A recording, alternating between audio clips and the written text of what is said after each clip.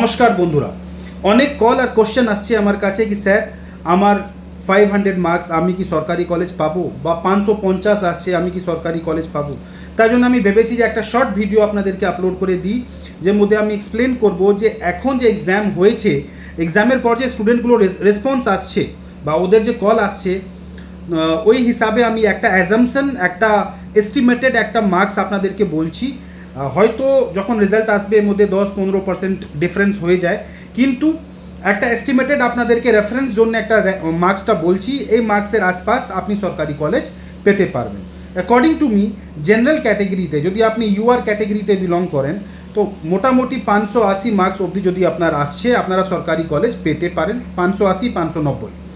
যদি আপনার মার্কস 580-590 থেকে 550-এর ভিতরে আছে, আপনি সেমি গভর্নমেন্ট বা স্টেট কোটা সিট পেতে পারবেন। আর 550 থেকে নিচে থাকলে আপনাকে প্রাইভেট কলেজ ম্যানেজমেন্ট সিট নিতে হবে ওয়েস্ট বেঙ্গলে, বা আর অন্য স্টেটে লাইক ইউপি বিহারে আপনি প্রাইভেট কলেজে জেনারেল সিট পেতে পারবেন।